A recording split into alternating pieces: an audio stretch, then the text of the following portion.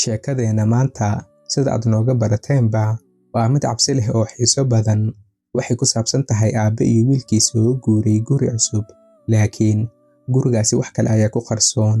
Haddaba ka hor inta aynaan sheekada galin, like inoo saar muuqaalka oo haddaad nagu cusub tahay, subscribe ku dhufo oo nagula soo bir safarkan cabsida leh. Mahadsanidin. Aan bilowno. 12 sano ka hor, aniga iyo wiilkayga waxaan ka guurnay gurigii hore. Markaas wiilkaygu wuxuu jiray 3 sano. Waxaan u guurnay guri weyn oo xoogaa duug ah, laakiin xaaladiisu iyo dhismihiisu way fiicnayd. Iftiinkiisu wuxuu ahaa mid yara daciif ah, sababtuna waxay tahay geedo ayaa ku wareegsanaa. Markaas waxaan had iyo jeer isticmaali jirnay habeenkii shumac. Isbuuc markaan guriga deganeen, maalin ayaa walaashay soo booqatay si ay igu hambaliyeyso gurigan cusub ee aan iibsaday.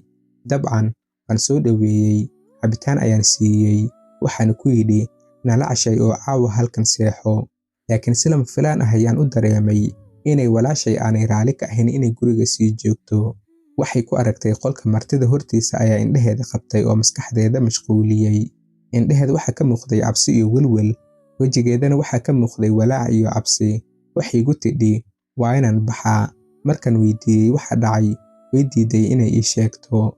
Ficilkeeda cabsida leh wuu iga nixiyey. Waxaan u raacay ilaa albaabka. Markay baxdayna waxaan ku yidhi fadlan ii sheeg waxa dhacay. Markaas ayay eegtay oo waxay igu tidhi hal jumlad oo keliya. Waxay tiri gurigan waxbaa ku jira. Kadib waxay raacday baabuurkeeda oo way baxday. Wax kale ima aysan sharaxin. Waxay aragtay ama dareentay wax aanan ogeyn. Wayna tagtay anigoo wareersan oo fikiraya. Malaayiin fikradood ayaa maskaxdayda ku wareegayay, laakiin habeenkaas si caadi ah ayuu ku dhammaaday. Muddo toddobaad ah kadib, waxyaabo aan caadi ahayn ayaa bilaabmay inay guriga ka dhacaan. Maalin maalmaha ka mid ah, wiilkayga ayaa ii yimid isagoo leh aabbo, waxaan arkay haweeney duq ah oo ku jirta suuliga. Markaas ayaan galay suuliga saan isaga u dejiyo aan u tuso in waxba meesha aan joogin. Laakiin si daacad ah markaan u hadlo, anigaba qalbigayga cabsi ayaa ku jirtay.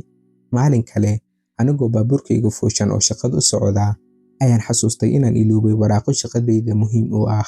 Markaas aan ka soo degay baabuurka oo guriga ku noqday. Markaan furay albaabka guriga, waxaan arkay sawir derbiga saarnaa oo si xog leh u ruxmaya.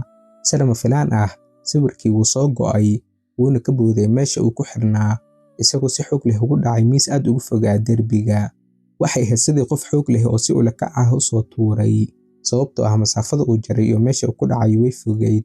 Markaas ayaan bilaabay inaan si tartiib ah uga shakiyo gurigan. Eryadii walaashayna waxay si joogto ah ugu soo noqnoqonayeen maskaxdayda. Gurigan waxbaa ku jira ayay i tiri. Waxaan tagay shaqadayda, laakiin qalbigaygu waxaa ku jirtay cabsi. Waxaan bilaabay inaan ka walwalo inaan wiilkayga keligiis ugu tago gurigan, maxaa yeelay uma eka meel nabad ah. Si kastaba ha ahaatee, waxaan gurigaas sii deganaa 3 bilood, laakiin maalin maalmaha ka mid ah ayaan si kadis ah u arkay waxaan filayn. Markaan eegay sagxadda guriga, gaar ahaan qaybta laga soo galo, waxaan arkay albaab yar oo 4 gees ah oo dhulka ku yaala. Wuxuu ahaa mid la yaab leh oo aan lahayn gacanka lagu soo furo, laakiin waan awooday inaan furo. Markii aan furay, waxaan arkay god weyn oo hoosta ku yaal. Godkaasna wuxuu lahaa jaranjaro qofka ku degi karo.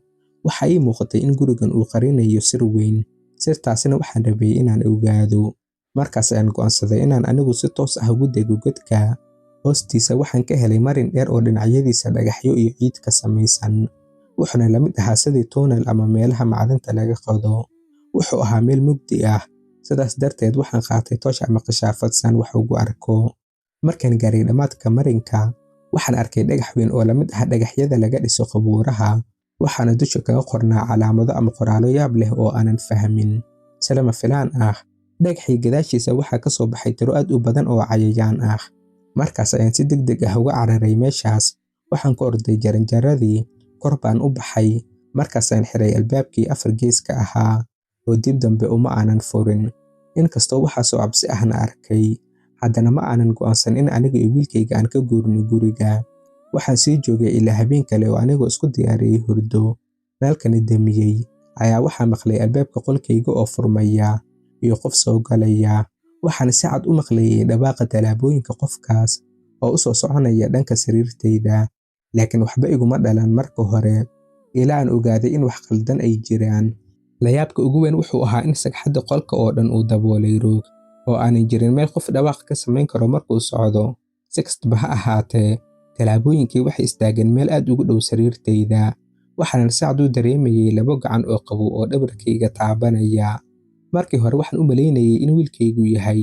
Waxaan weydiiyey wax uu doonayo, laakiin ma uusan ii jawaabin. Markaas ayaan ka kacay sariirtayda oo eegay qolka. Waxaan shiday nalka, laakiin wiilkaygu meeshaas kuma sugnayn. Aniga oo keligay ah ayaan qolka ku sugnaa. Markaas ayaan qolka wiilkayga aaday oo arkay isagoo si qoto dheer u hurda oo sariirtiisa jiifa. Kadib habeenkaas oo ma aanan sii dulqaadan karin waxyaabahaas cabsida leh. Markaas ayaan soo ururiyey alaabtayda, wiilkaygana waan soo kaxeeyey. Waxaan degnay hodheel ilaa aan ka helayno meel cusub aan ku noolaano. Waxaan ka cararay gurigaas anagoo raacayna gaarigeena, dibna uma eegin gurigaygii cusbaa. Gabagabadii, waxaan rajaynayaa in qisadan gaaban ay idin cajab gelisay. Ha iloobin daawada inaad like, share iyo comment siiso sheekada saad iigu dhiirigeliso inaan soo daayo sheekooyin dheeraad ah. Subscribe saar oo furo gambaleelka saad u ogaato markan sheeko cusub soo dhigo.